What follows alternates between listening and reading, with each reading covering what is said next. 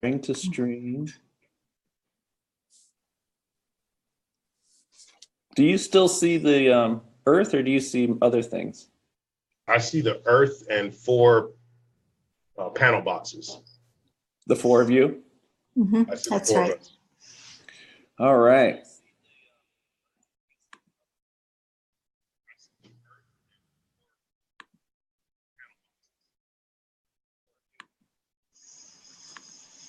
Okay, everybody, welcome to the World Labyrinth Sharing Circle. This is our 4th gathering, and my name is Lars Hallett. I'm the coordinator for World Labyrinth Day, organized by the Labyrinth Society.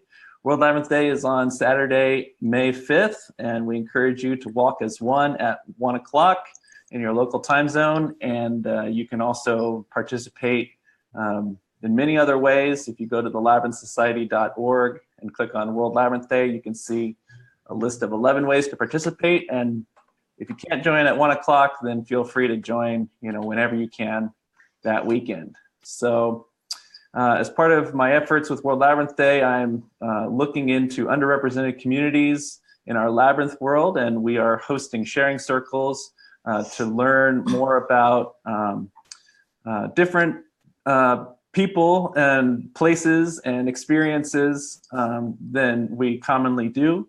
And so we focused on labyrinths of Central and South America on our 3rd circle. And today we are focused on youth to really understand what is the experience of the labyrinth for youth, and then how do we better engage and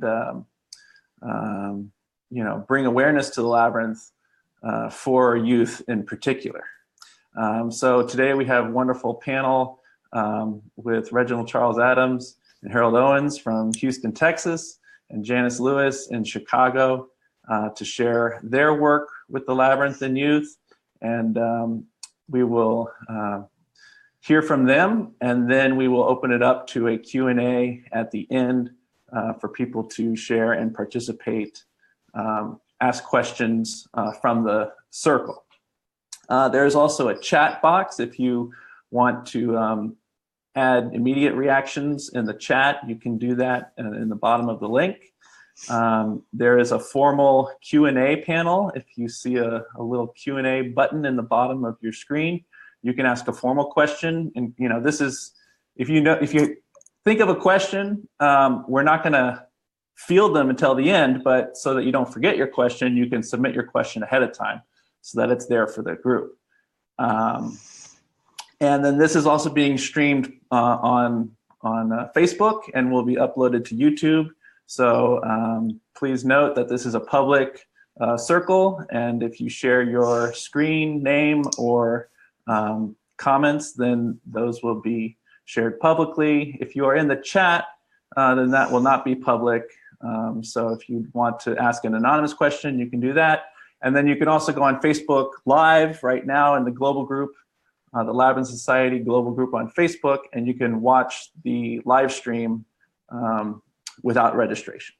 So thank you for those who registered. This is a new facet so that I can better inform you of future gatherings, and also send you a link when this is complete so that you can watch the video in case you have to leave early or you miss a part of it, or you just want to revisit the video later on. So I'd like to start with just 3 breaths.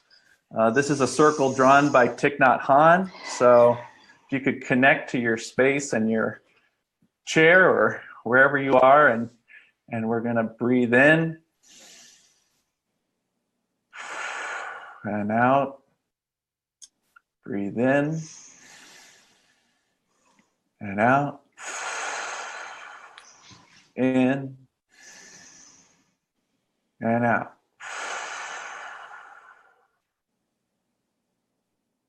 All right. So I've worked a little bit with youth on the labyrinths, and I wanted to incorporate some other perspectives of high school students. So I just wanted to begin with this one reflection that a high school student shared after a group walk in Hawaii. And Can everybody see this okay? Yeah.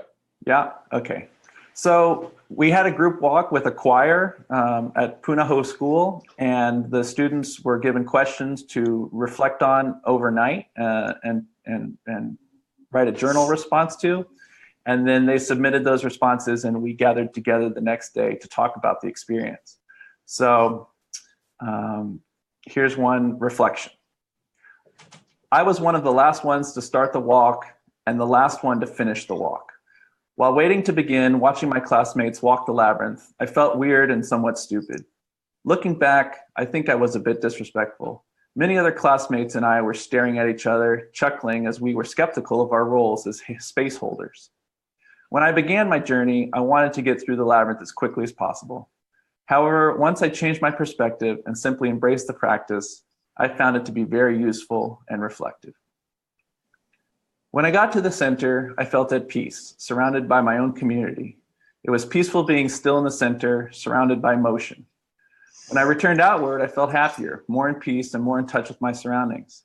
I noticed that I walked with the heels of my feet to the tips of the toes, feeling the earth beneath my feet as I walked. My mind, body, and spirit felt at rest. I really appreciated the walk. Looking back, walking the labyrinth felt like a metaphor for taking a test. Initially, one feels insecure and stressed about taking the test. The long length and tricky questions on the test make it seem impossible.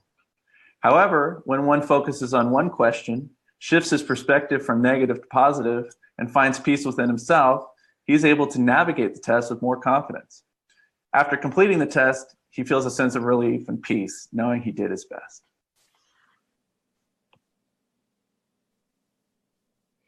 It's beautiful. It's interesting. Yeah. Thank you for sharing, Lars. Sure. So, Reginald, would you like to grab the screen? Oh, Reginald, where are you? I lost him. Seems to have left. Yeah. Elvis has left the building. I guess we'll have to wait for Reginald to rejoin. So maybe he had a bad connection. Let's go to Janice. Are you ready there? Yes. Okay. So I'll share my screen. Ready, Yeah. Lars? Great. Okay. And I'm going to mute Harold. And we have 12 attendees joining us live. Anel, Beth, Kathleen, Christine, Clive, Connie, Donald, Elizabeth, Catherine, Robin, Shaughnessy, and Susan. So thank you all for joining us.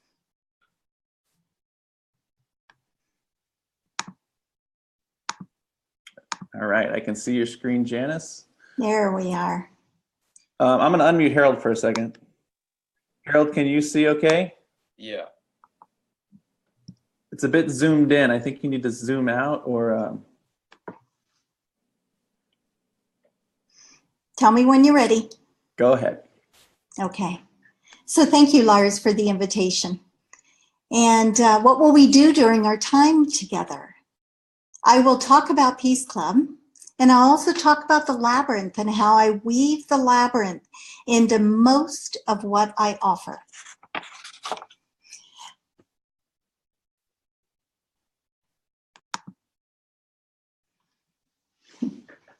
Let me introduce myself. I am passionate about mindfulness, meditation, and inspiration. I only offer the world what has made a difference in my life. And if it's made a difference in my life, maybe it'll make a difference in others' lives. If I did not already have the training, I achieved the training before I offered it to others. I am on the board for the Labyrinth Society, and I'm Advanced Certified Labyrinth Guide. And a few months ago, I was honored by being recognized by the American Association of Retired People and Cranes Media for creating Peace Club. This is my motto. This is actually what I think of when I wake up in the morning and go to bed. One breath with meditation, one step with labyrinths, and one city, Chicago. And soon I'll be in Australia presenting Peace Club. What is Peace Club? It's an after-school program hosted by Chicago Lights. They provide opportunities for youth from underserved neighborhoods through tutoring, mentoring, and much more. Peace Club is an elective enrichment class, which is offered to more than 200 students 4 nights a week and at a 6-week summer day camp.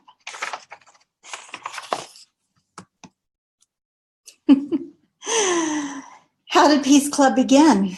Well, it began with a simple invitation to offer mindfulness to those who are challenged by poverty. Simple. People who are challenged by poverty often live in stress, and sometimes that stress can lead to negative behavior. I began to wonder if I could help people reduce their stress by offering meditation to them. I partnered with a friend. Chicago Lights offered us a sign holder and a room. But most importantly, Chicago Lights offered us future meditators. I love the picture of the adults and the children.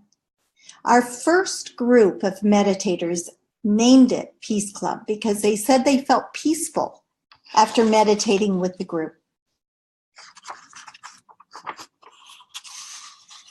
Let's briefly cover how we developed Peace Club from the basic idea to a program with hundreds of participants. First, we developed a curriculum. There are 2 different workbooks, one for younger meditators and one for older meditators, and they take that home after our 9-week series. There's also a teacher's guide that any teacher could open up and actually walk right through the meditation. And the lesson plans are very comprehensive. They simply open up the lesson plan and it tells you exactly what to lay on the table, what items to put on the table, and what meditation to offer, and also the craft. And even what to say if they choose to do that. The leaders have freedom.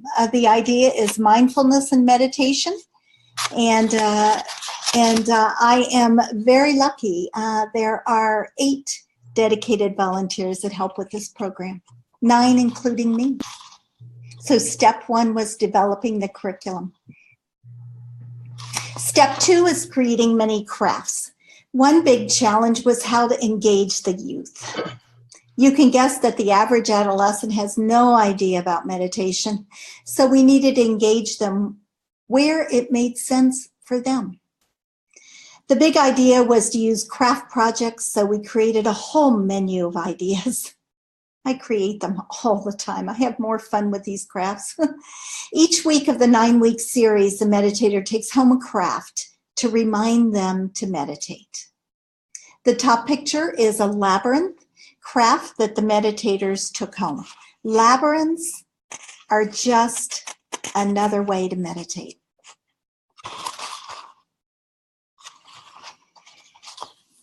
We also decided that we had to create a variety of experiential ways that youth could connect with meditation techniques. So we use a lot of labyrinth experiences. You can have fun on a labyrinth. You can have solitary time on the labyrinth for reflection, and you can also have group experiences where the young people share. This last step was really critical.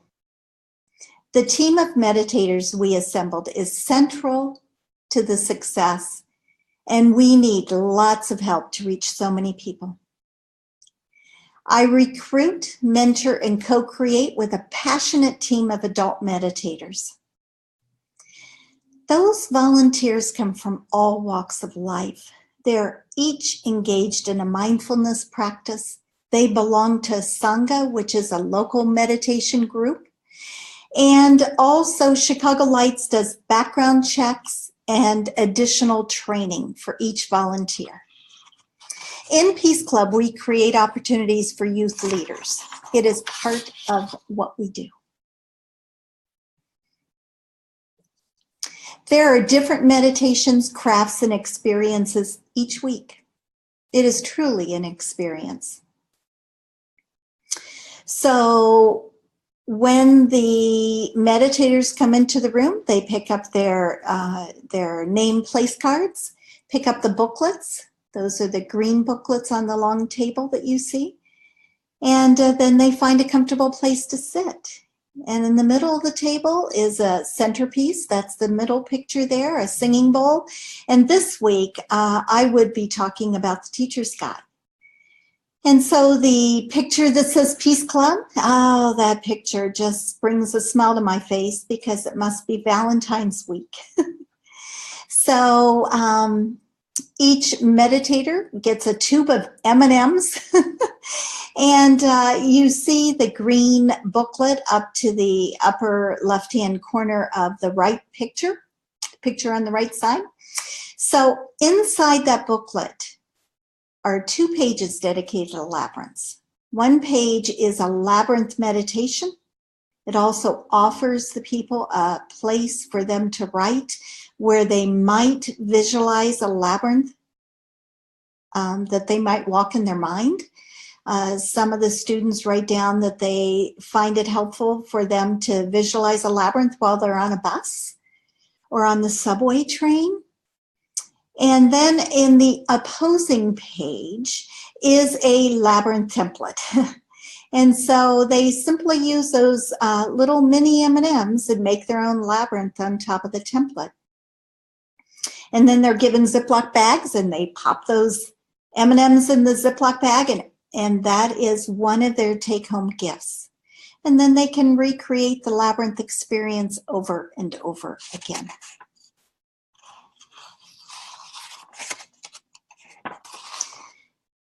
So once we built the program where we began to fill our sessions, we gained experience and we learned some important principles.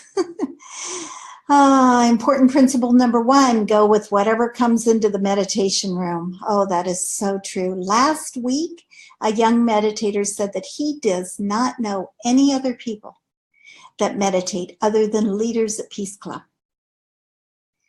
I asked him if he knew who Kobe Bryant was, a famous basketball player.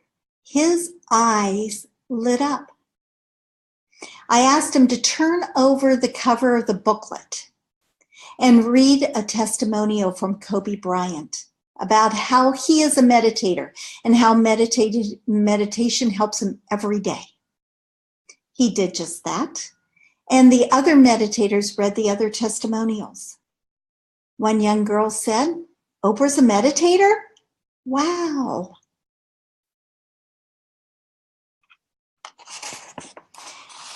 Important principle number 2, love them the moment they come into the room until they leave. The other big learning for us was that while we had a curriculum to follow, the program is all about the young people and giving each one an individual experience. This little guy loved Peace Club. He signed up for it over and over again. And he's holding one of his take-home labyrinth crafts that he made during our time together. He designed and created it.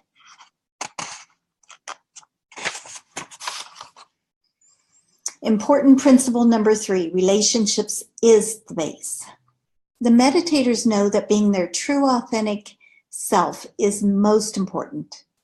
Young people really respond well to honesty, openness, and truthfulness.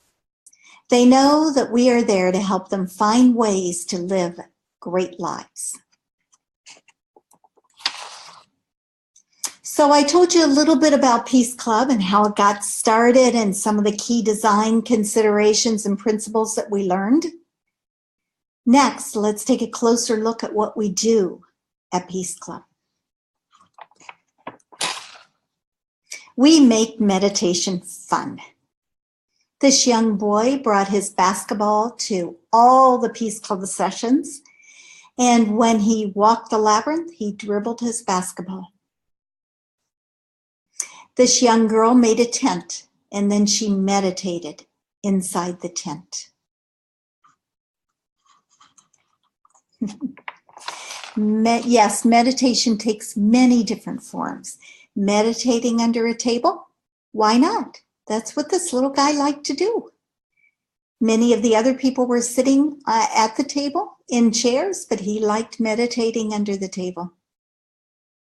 We also encourage you meditating while on the subway, train, and bus, not just in a quiet room. One teen told me that the only place that he has that is truly his own is his large closet, and that is where he likes to meditate when at home.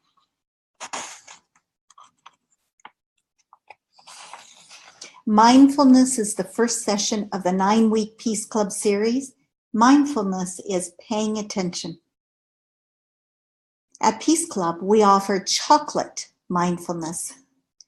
Chocolate mindfulness is enjoying the chocolate slowly and mindfully. Last week, one teen told me she wanted to lead the session because she wanted the experience. Each meditator is a future leader, and they often lead the meditations. The meditators also take a piece of chocolate home with them as they're leaving the meditation room so they can enjoy the experience again, or maybe even offer the experience to someone else at home. The meditators love chocolate mindfulness. The second week, the meditators experience a guided meditation, the bell meditation. During the bell meditation, they imagine the sound of the bell is the voice of someone who loves them very much and is calling them and inviting that person to sit with them. After meditating, they tie a ribbon onto a bell and tie the bell onto their backpack. Oh, you should hear the sound of the bells as they walk down the hallway after meditation. It really is delightful. Most weeks, there is a take-home inspirational message that reminds them to meditate. This week, the message invites them to listen to the sound of the bells and to meditate.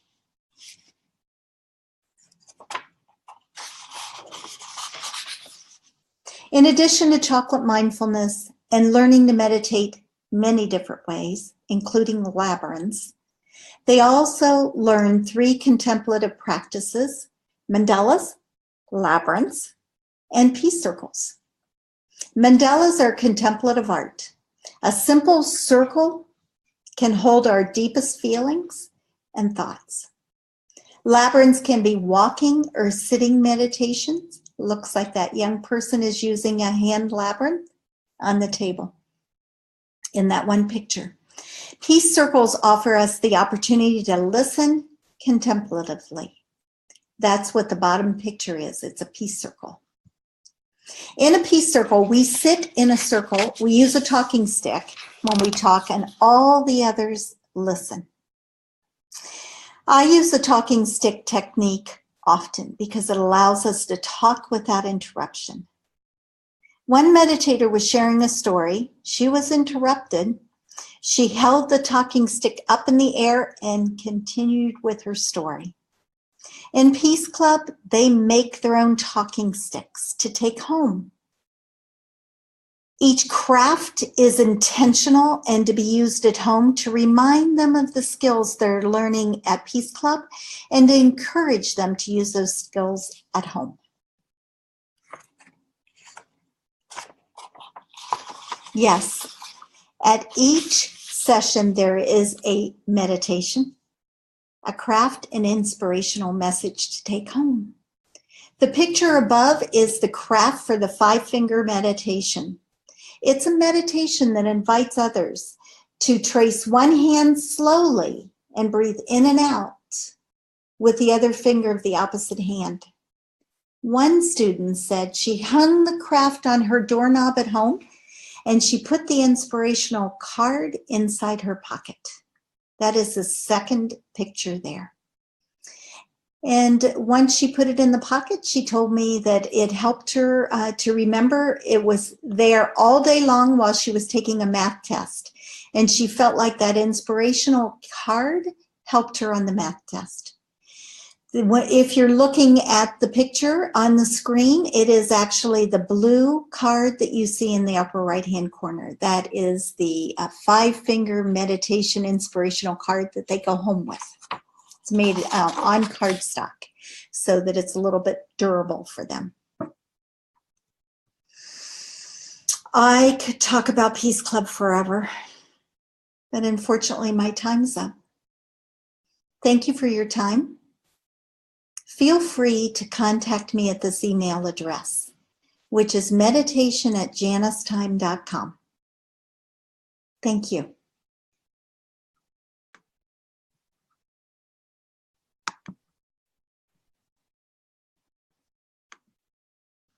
Great. Thank you, Janice. That was really wonderful. You're welcome. Appreciate it. We now have 15 attendees and 5 are watching on Facebook. So, yes. Good. That was a great overview. And yeah, many people I'm sure are thinking about how to begin approaching students and create their own programs. So I think that that's very helpful. That was some of the feedback I already received from people before the meeting began. Thank you, Lars. All right. So Reginald,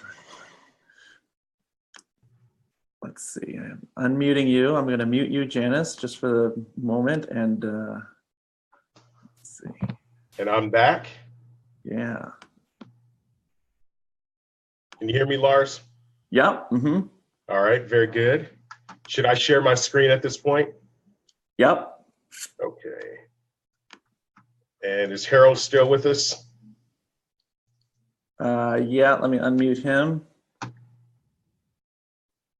There, I can see him.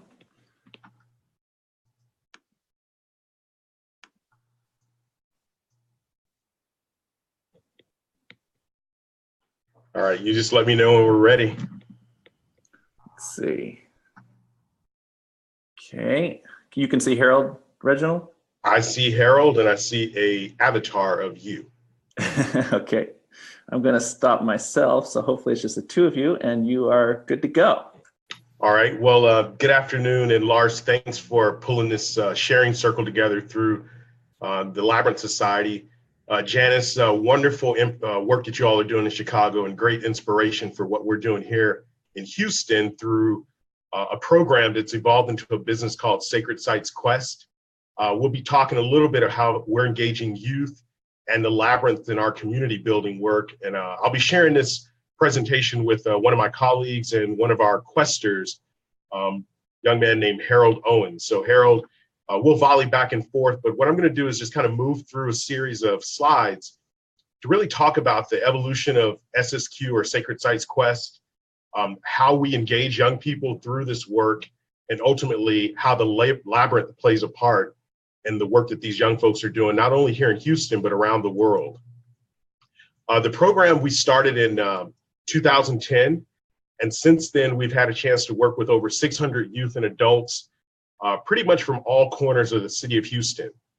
This has enabled us to participate in visiting more than 50 faith-based institutions and developing capstone projects, oftentimes in the form of the Labyrinth. This is now evolved into 4 international tours and 9 international Labyrinth projects. When we talk about visiting sacred sites around Houston, this is just one example of one of the sacred spaces that we take our students to. Over the course of 9 months, we visit typically anywhere from 12 to 15 sacred spaces. And this is a center called the Mandir Temple out in Sugar Land. And so the students will spend essentially a weekend, a month, up to 3 to 4 hours with their peers visiting these various sacred spaces. And then that work ultimately culminates in the creation of a capstone project, as I referenced earlier. And again, these are just some examples of the spaces that we visited throughout Houston. This is our St. Thomas University, which hosts a beautiful 11th Circuit Shard Labyrinth. And this is an image of the students actually walking the Labyrinth. This is back in 2013, 2014, when we really got deep into the Labyrinth work with the students.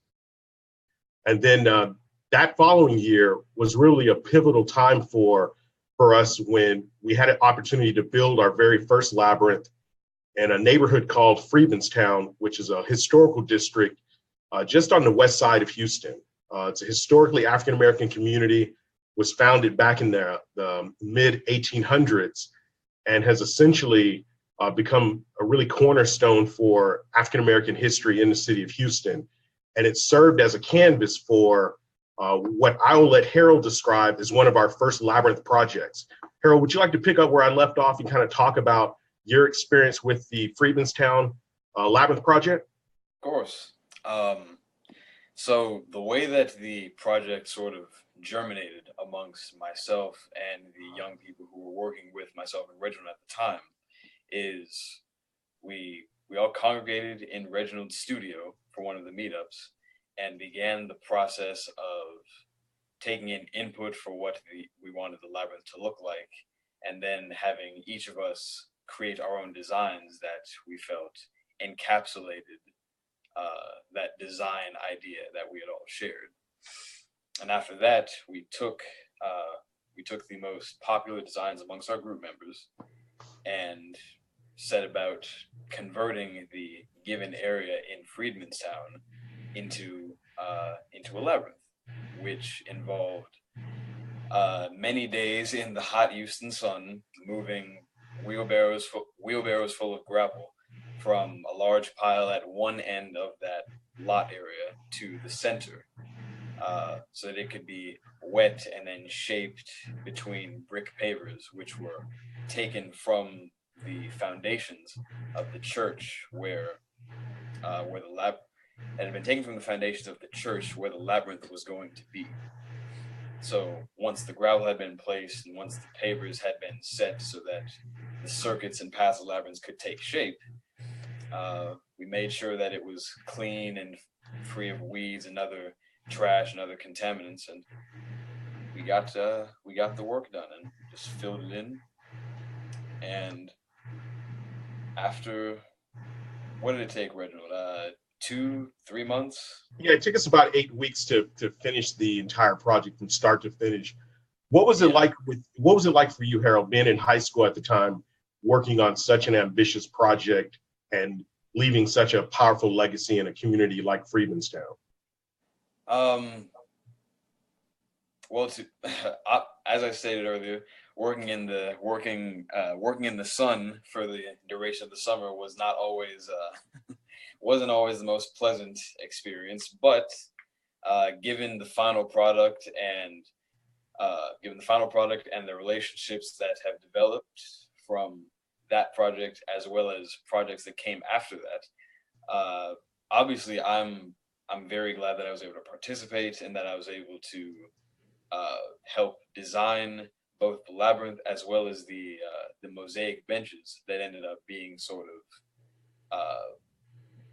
corner markers for the labyrinth and for the area where it was constructed.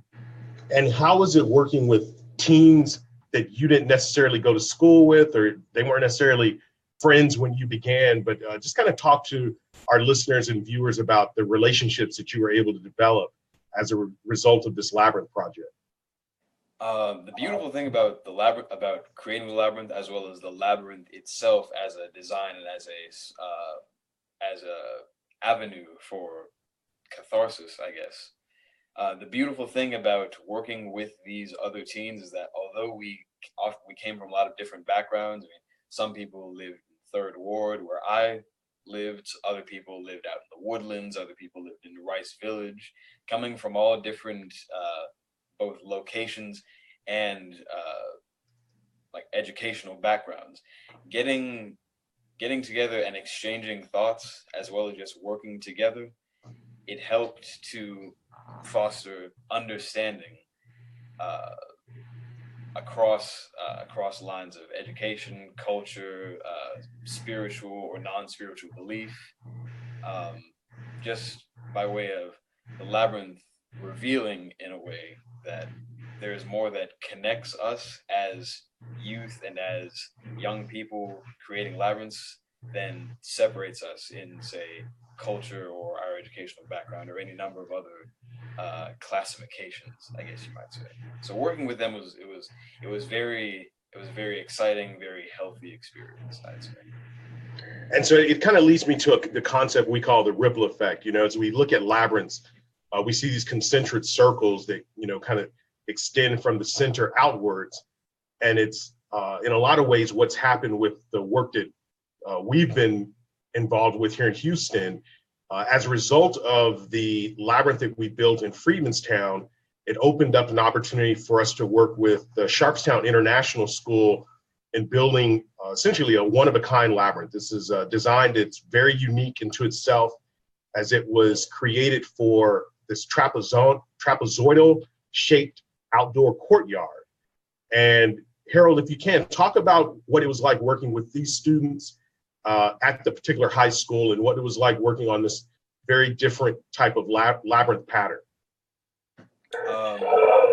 Well, as you said, very different right off the bat, just given the shape, which made it easier in some aspects because it was a bit smaller than working on the Freedmanstown area, but in other aspects, it was a bit more difficult because we just had less real estate to work with. But overall, it was similar to the Freedmanstown Labyrinth. Working with other students as well as newcomers from both Sharpstown and other schools in the Houston area, it was an equally great experience. Although I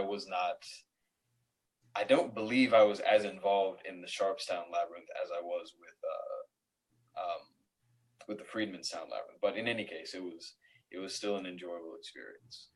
Good. And after the Freedmanstown Labyrinth, it really opened up some much broader doorways where we were afforded an opportunity through sponsorship of one of our corporate partners here in Houston, Schlumberger, to take our questers, our SSQ youth, to Paris. That's where we started our Sacred Sites Quest France. This was in 2015. We began in Paris, visited sacred spaces in and around Paris. We moved north up to Amiens. Then we migrated further south to, there we go. I got a motion sensor in my room and I wasn't moving enough. We ended up in Lyon, where we had an opportunity to build a labyrinth. But prior to Lyon, we stopped in Chartres. And for those that are deeply involved with the labyrinth community, many of you all are aware of the Chartres design that oftentimes is referenced when we talk about labyrinths. Harold, talk about what it was like going from Houston to France and building a labyrinth in this incredible country. And what did you take away from that experience on an international level? Looking at just this picture right off the bat, I'm remembering how different it was taking my experience from Freedmanstown and Sharpstown, which were essentially our group and Reginald's spin on a labyrinth and its construction, and taking that knowledge and having to take it with me over to France and seeing the original designs for a lot of labyrinths, especially the Chartres Secret Labyrinth. So taking those two experiences and bringing them together so that we could create the labyrinth on the ECAM Lyon campus, that was an interesting experience, having to reconcile those two sources of knowledge, those two elements, to create our own hybrid product. So the construction of it, but more than just constructing it and placing the different bricks in the pre-paved areas, more than that, the dedication at the end and having completed the project and standing around and reading the different quotes and just enjoying that atmosphere of tranquility and unification with my fellow youth, as well as Reginald and the other adults who had joined us on the trip. That was a great experience, and would only be built upon in our future international trips. And so we get back from France, and I think everybody was supercharged from having been out of the country and worked on this really powerful sacred space in Lyon. And then one of our own questers, a young lady named Francesca Ferris, who's now in college. I think she's a junior or maybe going to her junior year in college now. She took it upon herself in pursuit of her gold award for the Girl Scouts. She designed a curriculum, a labyrinth curriculum, to develop a labyrinth adjacent to one of our community centers here in the Old Sixth Ward, just a neighborhood predominantly being gentrified right now, but nevertheless, this community was the home for this labyrinth. And Harold, were you in town when we worked on this project? Only sporadically. I wasn't able to be there every weekend. Okay, so I'll talk a little more about, I think, just the fruits of it. Francesca was very adamant that she do this, I won't say by herself, because there was so much work to be done and there were so many pieces in this puzzle to bring this labyrinth together, but she really wanted to make it her project.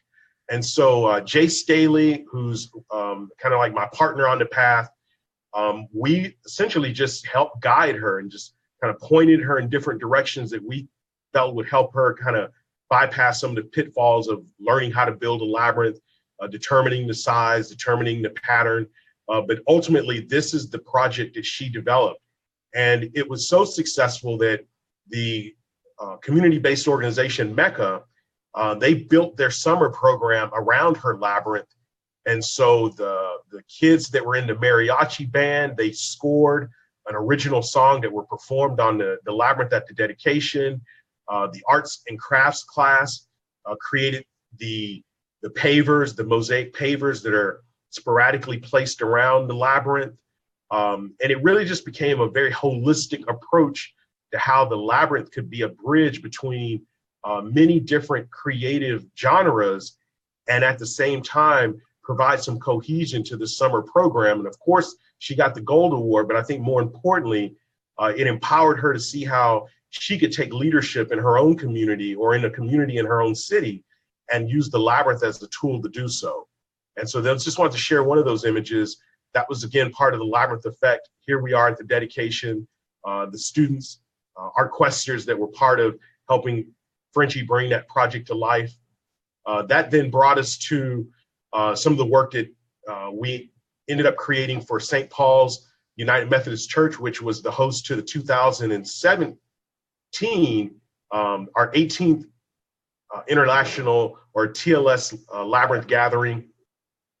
And then that spawned a really powerful labyrinth that we created for Villa de Mattel out here in Southwest Houston.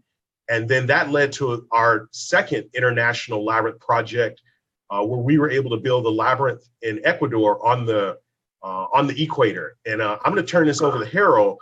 And Harold, can you talk a little bit about what that experience was like for you? Oh man, where do I begin? I mean, it's just, especially compared to our previous projects, this labyrinth in Ecuador had a lot of, it was similar but vastly different in a lot of ways. I mean, from the basic design of the actual labyrinth, which was, it was an original design from the indigenous peoples of Ecuador, correct, Reginald? Actually, this is the Man in the Maze, which is a Native American Hopi Indian design, but we adapted it to include elements from Ecuador so that there would be some indigenous elements from both northern and southern hemisphere. Right. So that design, when compared to our Chartres Labyrinth from Lyon and the Chartres Fusion from Friedmanstown, that aspect was vastly different. The construction of it was different because instead of bricks, we used loose stones that we had to carry down an incline, assembly line style, in order to get them all into the right place in a timely fashion, because it was raining and the bugs were bad and a whole lot of other inclement factors. Hey, we're in the rainforest. What do you expect, Harold? Right, of course. But ultimately, we were able to complete the project, and in addition to having the man in the maze style, we created some, I don't just want to call them rock piles because that seems to do it injustice, but at each corner of the labyrinth, the different teams, I guess you might say, stacked rocks of their choice. Let's call them sculptures. Right. We made sculptures to signify the corners of the labyrinth and how they're all connected in that way. And so, Harold, you've started with SSQ when you're in middle school. What has drawn you back year after year now, going on, what, 7 or 8 years has it been since you've been involved in this kind of work? What keeps you coming back? Yeah, 6, 7 years. A big part of it is being able to what's the word I'm looking for? Express artistic talent with a bunch of other like-minded people. The traveling aspect is also great, but mostly the community that I've been able to create and the friendships that I made with both the staff, you, Jay, Amy, Jennifer, but also my peers who have been coming on these journeys with me, and being able to transfer from a student and someone who is just experiencing these opportunities as a young person to now I'm not up with the head honchos, but I'm coming into more. You're working on it. I'm coming into a more of an organizer's role and being able to look back and see how that's evolved and how that's gestated. It's been a very interesting experience. And so this past weekend, we took on another unusual twist to the labyrinth, where we created a donated food labyrinth at a community festival. And Harold, you are on hand to help bring that vision together. Kind of talk to our viewers and listeners about that particular project and what it's like to not only bring these types of sacred spaces into a community, but also allow for the labyrinth itself to give in a way in which people can be fed. Kind of talk about what that means to you. Seeing how much food, how much canned food and other non-perishable items were brought by myself and my fellow questers, as well as other passersby. Seeing how much was brought, it was very touching to see this part of the community, as well as my peers, come together to both create this labyrinth as well as help lesser people, help the less than, the disenfranchised, those who don't have as much as others. Honestly, I thought we would have, seeing how much was brought, I thought we would have too much and that we'd have to maybe expand the labyrinth a bit, but it ended up being just right with a few adjustments. And seeing little kids run in and out of the labyrinth and seeing others actually walk the path, it was funny at times and touching at others, and I'm glad I was able to participate in that experience. And when you talk about the experience, Harold, the labyrinth itself, you know, what do you get from it? You've been walking now labyrinths for the past almost for the last 2 years. 5 years, okay? What do you get from walking the labyrinth? It varies depending on the day, depending on which labyrinth I walk. There are a lot of factors that go into why I might feel a need to walk, but oftentimes it's very cathartic. It's very relaxing. It helps to soothe and assuage a lot of the chaotic thoughts that I have sometimes, and I can only speak for myself, but I'm pretty sure that my fellow questers can also attest to that feeling. Good. Well, that brings us to just the conclusion of a small example of how we are working with young folks here in Houston through the labyrinth.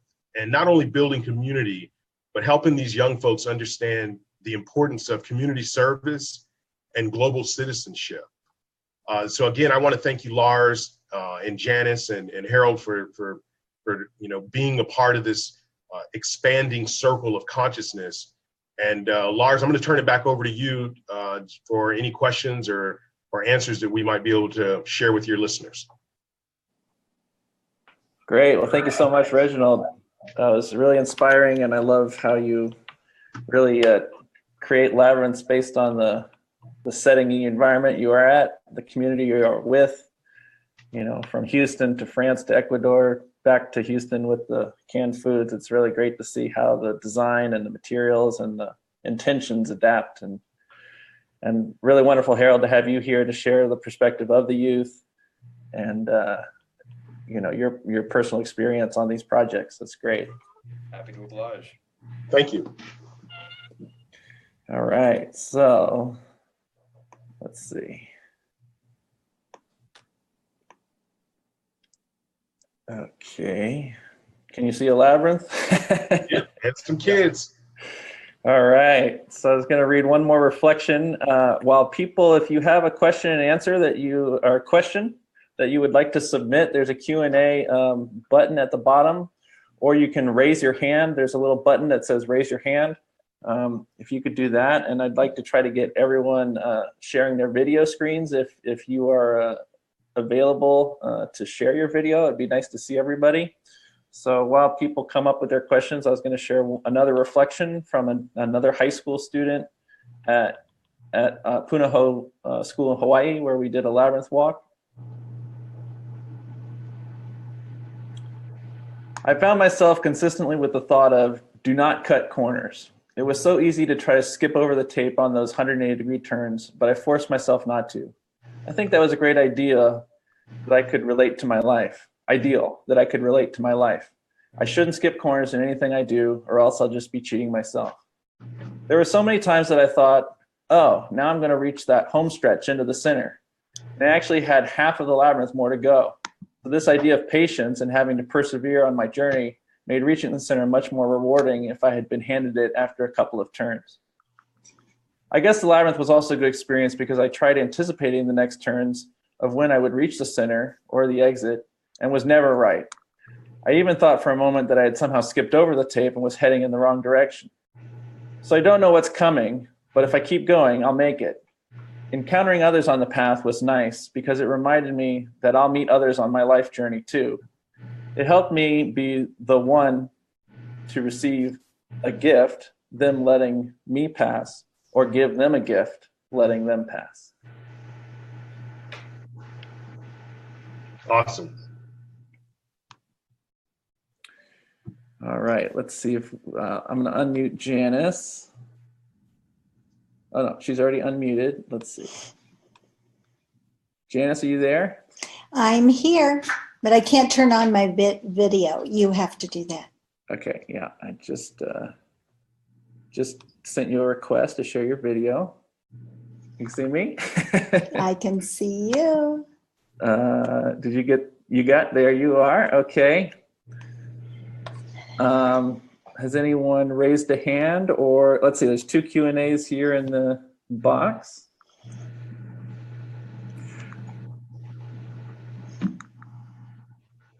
Donald Moore asks, has there ever been an issue of local politicians concerned about the issue of church and state?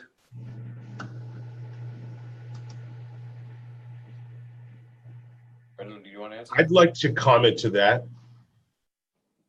Lars? Okay, great. Take it away, Reginald. Yeah, so a little twist on the question. I don't want to deviate too far away from what they're asking. We haven't had any politicians, but there have been businesses. Oftentimes, our international labyrinth projects are sponsored by some corporation.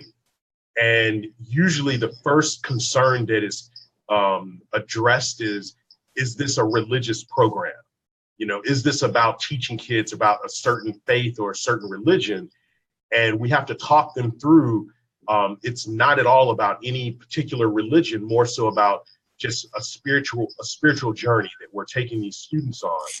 And so it does take a little bit of of explaining and in some cases convincing that we're not trying to convert anyone to any religion or denomination, but more so introduce these students to a different way of meditating, a different way of reflection, and the labyrinth becomes a tool to do so. And usually once we can get those business leaders out to a labyrinth for them to walk themselves, it becomes crystal clear. And so we haven't yet been approached by politicians, but we've definitely been approached by some of the business community, for those especially interested in sponsoring the work, because they want to make sure they're not putting, their business brand behind some religious agenda. And so that's how we've addressed those issues in the past. Great, thanks, Reginald. Let's see, there's a question from Anel. She asks, in the beginning, the quote that I shared with a student mentioned the role of space holder. And what was that student referring to? So when I facilitated a walk for the students, I said that the labyrinth walk does not begin when you step your foot on the path and end when you exit. The first part of the labyrinth walk is actually holding space around the labyrinth before people walk in. And if you are one of the last people to enter, you are still holding space and participating in the experience, as a witness. And so you can do that mindfully or you can do it mindlessly. And so I think that student was reflecting that at first they didn't understand what value, or, it felt like they couldn't be serious about standing outside and watching people walk the labyrinth. But after the labyrinth walk, on the way out, they realize that the people on the outside of the labyrinth also have a role to play. And so if you're one of the last people to go in or the first people to come out, that's when I invite people to hold space for each other. Otherwise they'll just start talking, or they'll start getting on their phones or doing other things. So I often include that, especially with youth, but I do it with adults as well.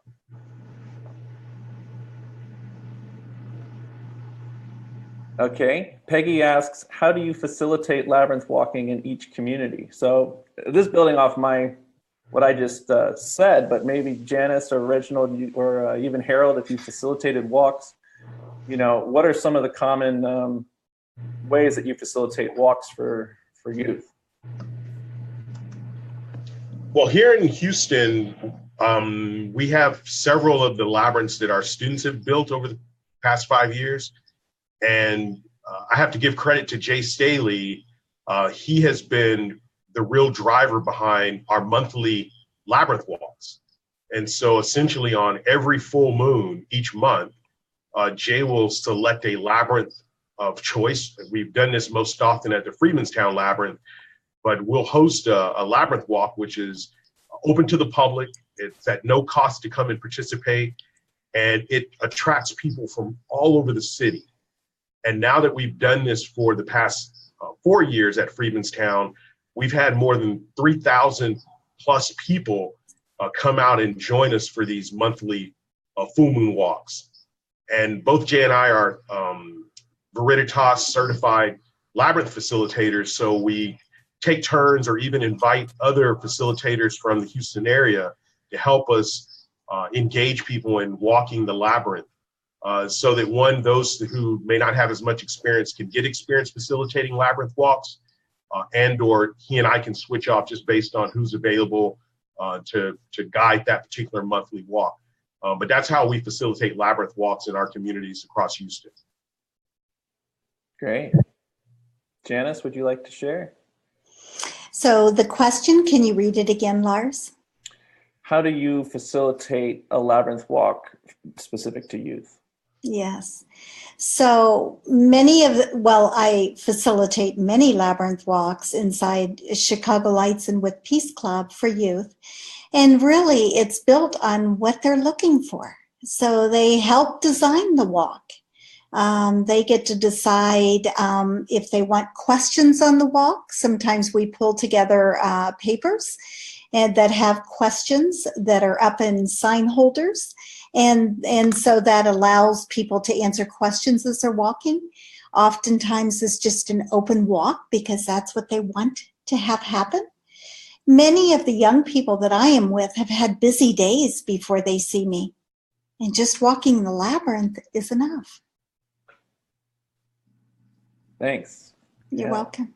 And Harold, how do you feel about facilitated walks where you're given a specific focus or intention versus open walk where you can just choose your own adventure?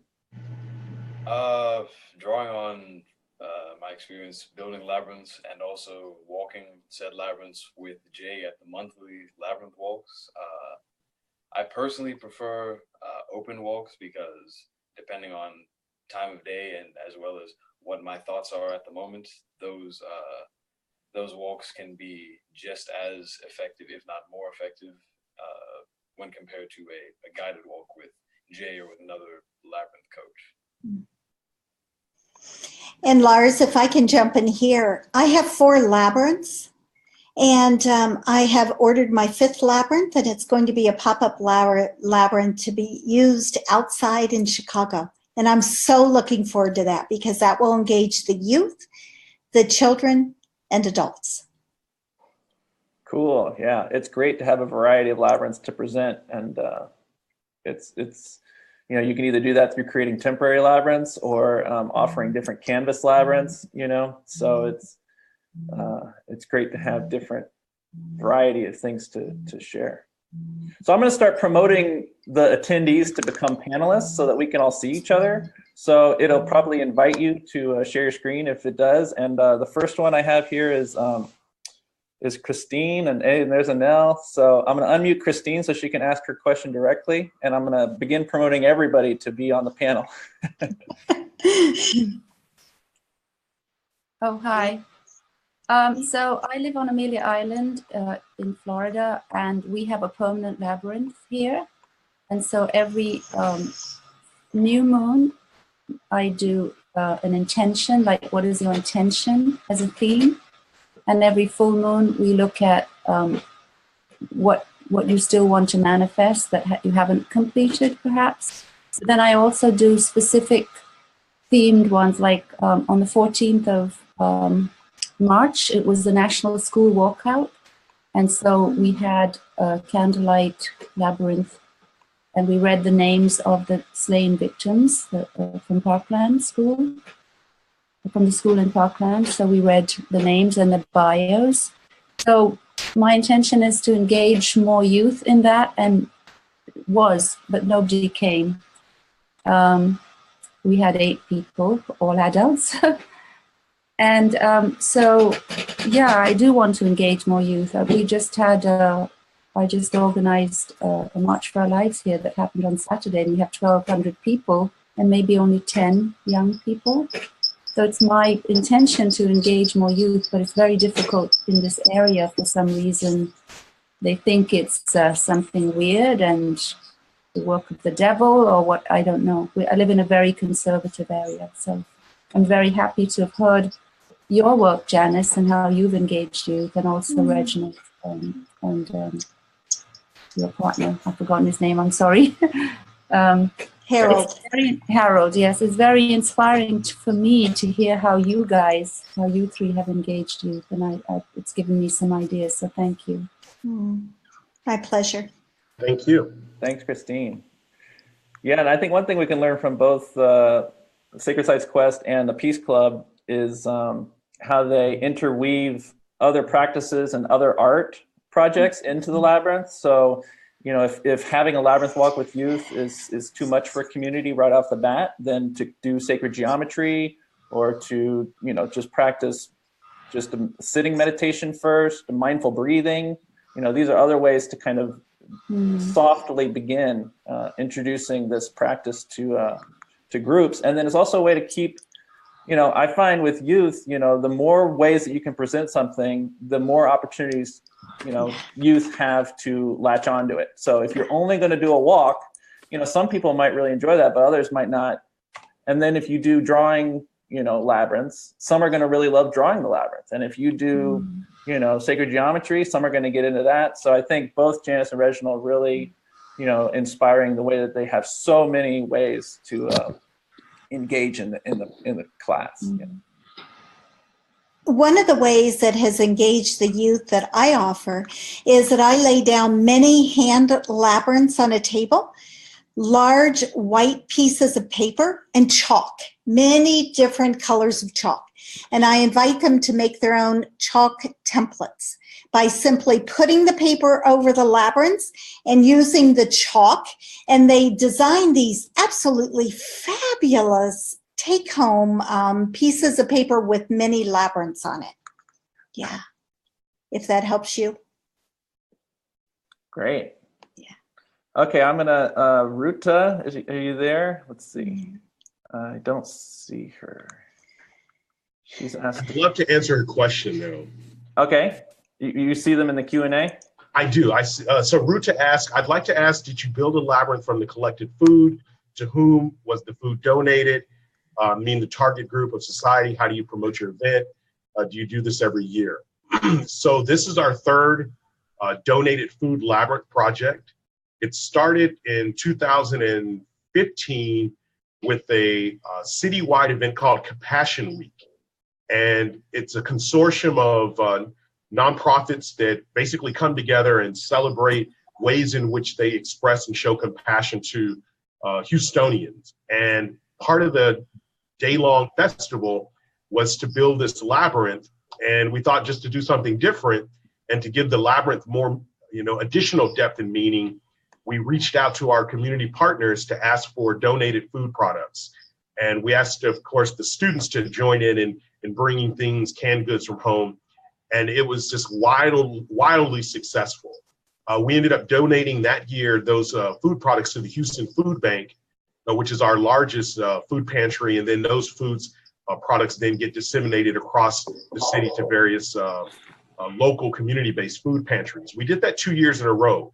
But this year, in partnership with Harris County Precinct 1 and the Houston Parks Board, they were looking at ways to activate a community park in Northeast Houston. There's been some new trails and hike and bikes trails that have been built around this park. And so they wanted to bring attention to what this park had to offer. And in participation or in looking at ways in which we could get our questers involved, we proposed this food labyrinth. And so the precinct in donated food, the students brought food, the Houston Parks Board community brought food, Project Hunger, which is another local community food pantry, brought food, and all of that was used to create the labyrinth. And then ultimately, the people in that neighborhood were the recipients of the food. Nice. The park is in a very suppressed community. Northeast Houston is a neighborhood that was hit very hard by the most recent flood.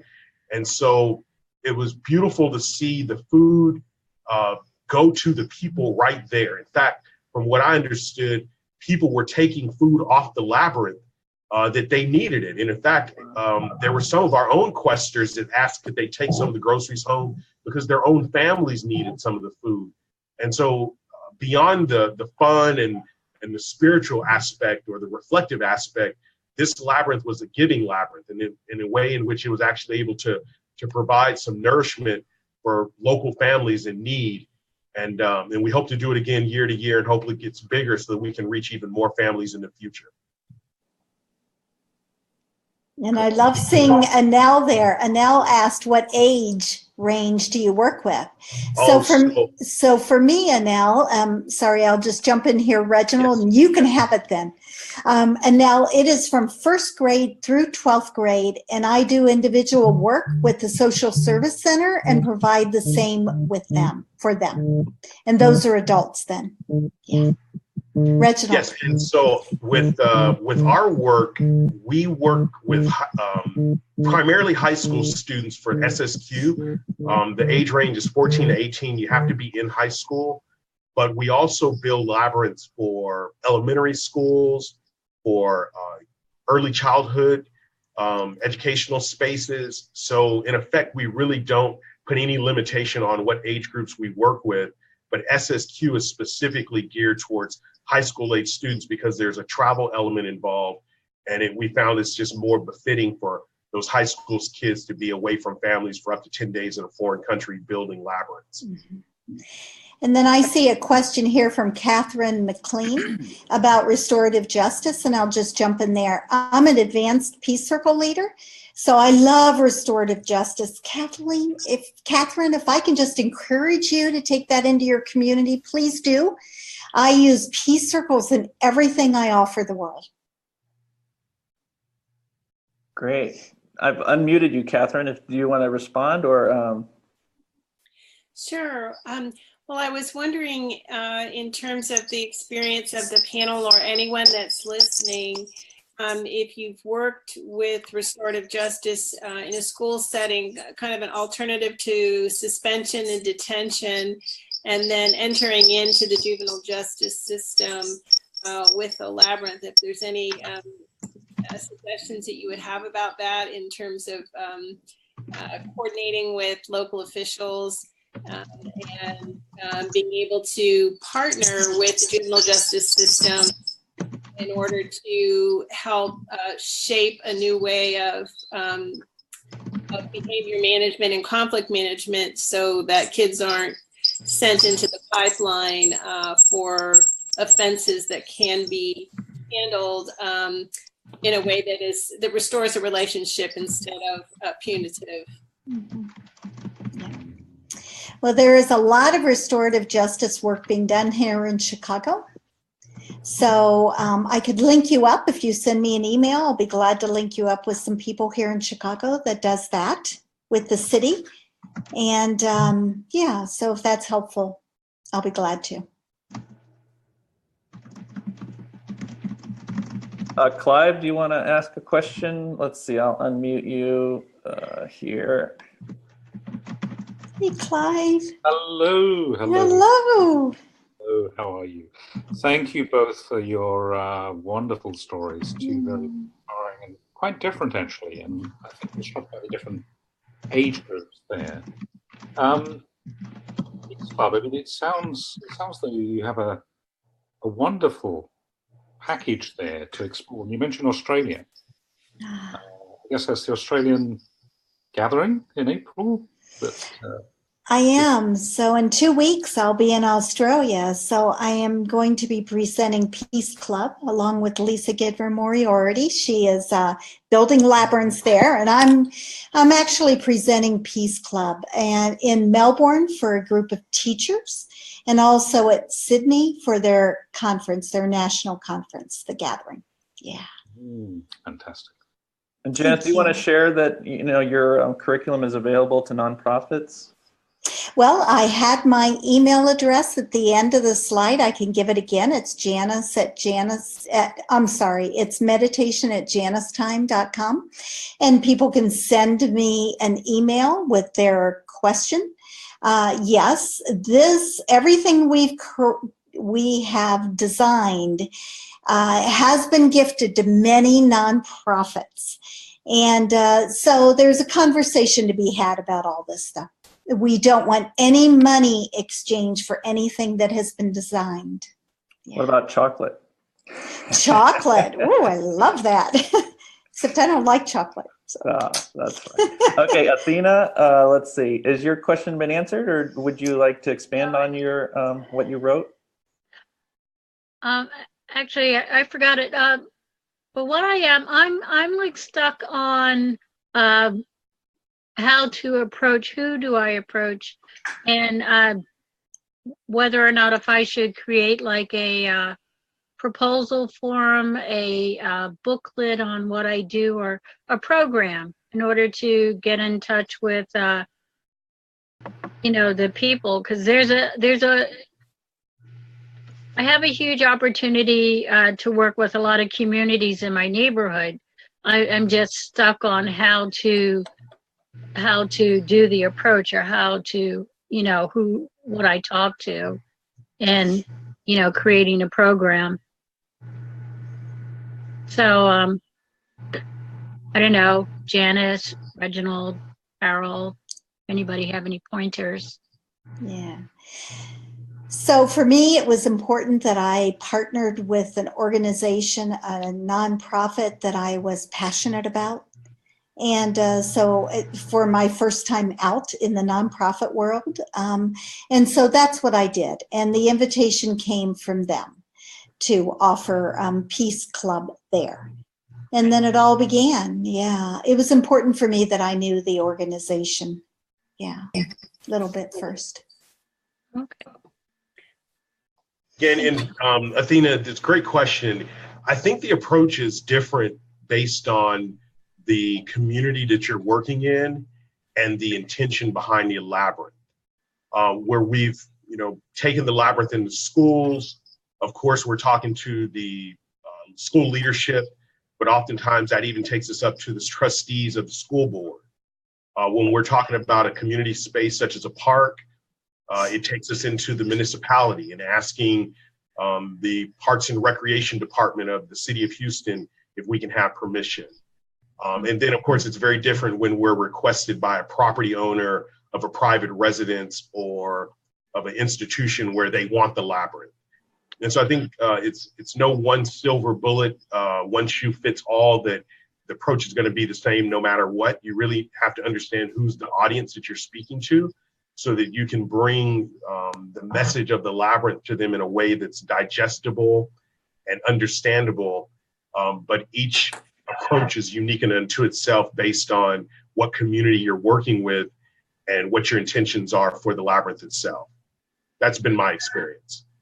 And my experience, Athena, is that now that we are very involved with a nonprofit here in Chicago, other nonprofits are asking for Peace Club also. So there seems to be just a network inside that community that is sharing this great work that the other leaders are doing inside Peace Club. And yeah.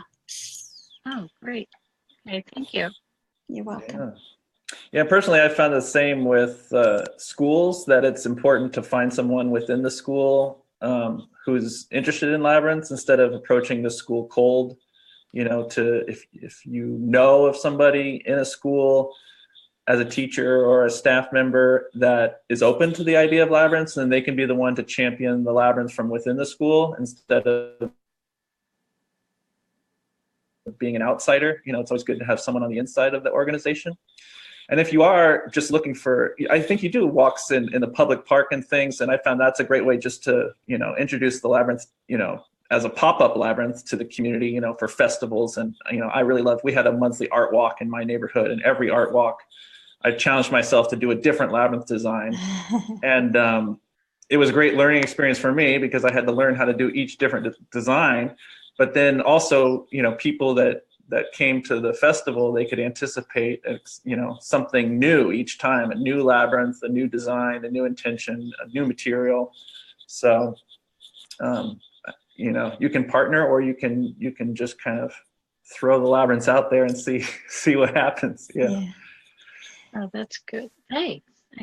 Yeah. I see Ruta has a question about jail, bringing it into the jail, the prison settings. That's something new for me, and we've been, there is interest in bringing mindfulness meditation and also labyrinths into the local prison here in Chicago. And so that I'm looking forward to beginning in May. Yeah, so I don't have any direct answers for you there. And that's another invitation that just came my way. I didn't knock on doors. Great. Thank you.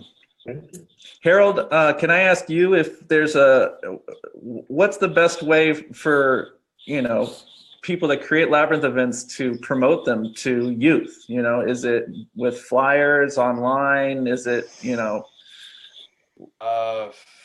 For me, it's been it's been a mix of word of mouth, just talking to people who I think might be interested in my peer group.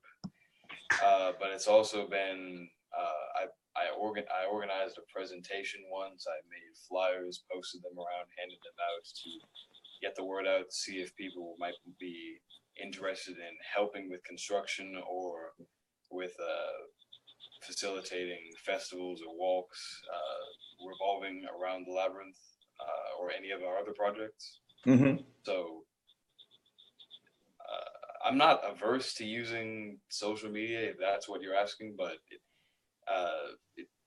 I've seen a lot more success with more personal interaction than trying to get people to come through a Twitter post or a Facebook event or whatever. Yeah. Yeah, I think the assumption is that the kids today are on social media and that's where you got to go. But I think it's a good reminder that word of mouth, is a really primary way people understand. And I think youth especially, they want to hear it from a friend or hear it from someone they know, personally, it makes it more inviting, I think. Yeah, if I can just piggyback on that thread there, people ask often, how do we attract students to SSQ? And we don't do any marketing, especially on social media. Usually the students from the prior year are the ones that end up attracting students for the following year. They'll just tell their friends. And we've learned that, there's no better advocate or champion for getting youth involved than the youth themselves. It's getting the Harolds and the Francescas and the Jelanis talking to their own friends about what's going on to get them involved. They're going to be far more effective in reaching their peers and conveying the importance or the fun or the joy or whatever it is that's attracting them than I'll ever be or Jay will ever be, as they're kind of looking at us as these old guys just kind of talking about walking in circles rather than hearing their friends talk about this unique experience, not only building, but also walking the labyrinth. And so I think just developing leaders within the heralds of our communities are really the future of the success in getting more young people involved in attracting a broader, younger, diverse audience of within the labyrinth community. Great, thank you. Anel, you have a question? I see your hand raised. Yes, it was. Thanks, Lars. We have a labyrinth coming up that's going to be for the whole family, the children and parents. And I'm wondering if these, if you or the speakers have anything to say about if the adults have been brought into the labyrinth experience by the children, and how that has worked, or how have you worked that out? Well, if I can just touch on a little bit, I would suggest, if you haven't designed it already, make the paths wider so that the children have a chance to walk alongside their parents, or the parents have a chance to walk alongside their children. Oftentimes I find that labyrinth paths are very narrow, and it can limit how many people, you can get on the labyrinth, which can create congestion if you have large groups, which can be a little frustrating if you're someone who's impatient. But I would, in the design phase, think about how wide your paths are, because especially if you have younger children, you'd want that child to be able to walk alongside their parent without them having to split two different paths. And I'm just talking more along the logistics of the labyrinth walk, more so than anything. So I'm not even sure if that was the real question you asked, but I would add that as a consideration as you go into the design build phase of considering how wide the paths are to accommodate a family walk together. Thanks. Okay, any final question here? We're just about out of time, so you could either physically raise your hand or virtually raise your hand. Anel, follow up? No follow-up question. I just appreciate y'all doing this. Thank you. Oh, Thank you. Yeah. Thank you. Oblige. Yeah, thank you, Lars. Well, this is really a dream come true. I mean, I think this is working really well. I like having a focus and really appreciate the guest speakers, sharing your work, and then everybody joining the circle and sharing your questions and ideas as well. So it's really great to see, and we're going to have another one. My goal is to do this every 2 weeks on a different theme with different speakers, and then we'll probably have a also just a sharing circle with no speakers again, like we did in the beginning. So we'll be working on that. Look for an invitation. Thankfully, I now have your email if you've registered for the webinar, so I can send you a link to the recording from today, and then also notification about future sharing circles. So I guess we will close the circle. Thank you, Lars. All right. Thanks, everyone, for your time. And see you on the path. Yeah. Yes. Thank you, Lars. Okay. Thank you, Reginald, Harold. Great job. Thank you. Yeah, Thanks. my pleasure. Bye. Goodbye.